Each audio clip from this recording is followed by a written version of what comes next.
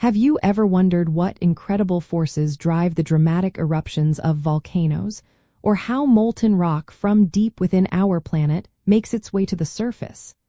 It is a fascinating geological journey, powered by a fundamental principle of physics. At the heart of this powerful process is buoyancy.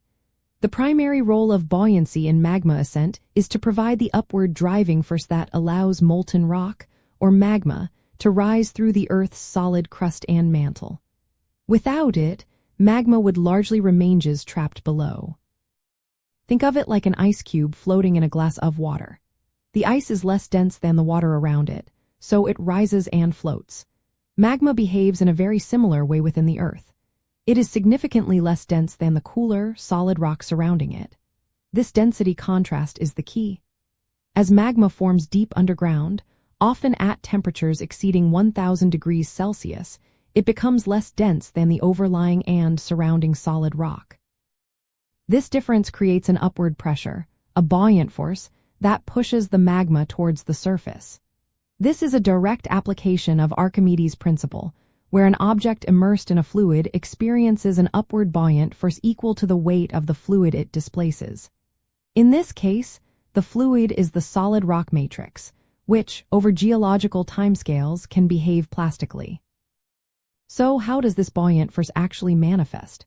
Magma, driven by buoyancy, exploits any weaknesses or fractures in the surrounding rock.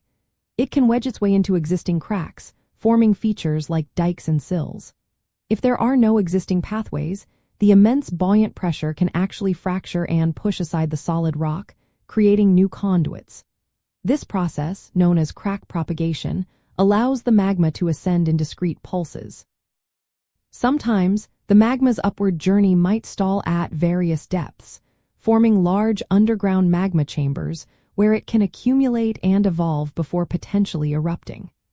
These chambers are essentially temporary storage facilities where buoyancy has lifted the magma part of the way, but not all the way to the surface. The effectiveness of this buoyant ascent is not just about simple density difference.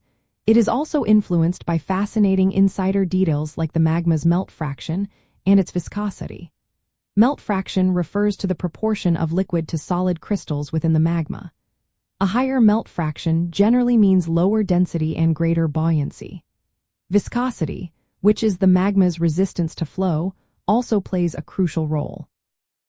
Less viscous, more fluid magma can ascend more easily and rapidly under buoyant forces than highly viscous, sticky magma. Another important factor is lithostatic pressure, which is the pressure exerted by the weight of the overlying rock. While not directly a buoyant force, it helps to drive magma into any available space, working in concert with buoyancy.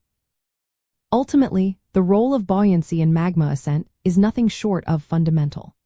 It is the primary engine that drives the movement of molten rock from its deep origins, through the Earth's layers, to its dramatic appearance at the surface as volcanic eruptions. Understanding this buoyant force helps us comprehend not just the mechanics of volcanoes, but also the dynamic processes that continually reshape our planet's surface and interior. It highlights how Earth's internal heat and material properties work together to create the majestic and powerful geological features we see today.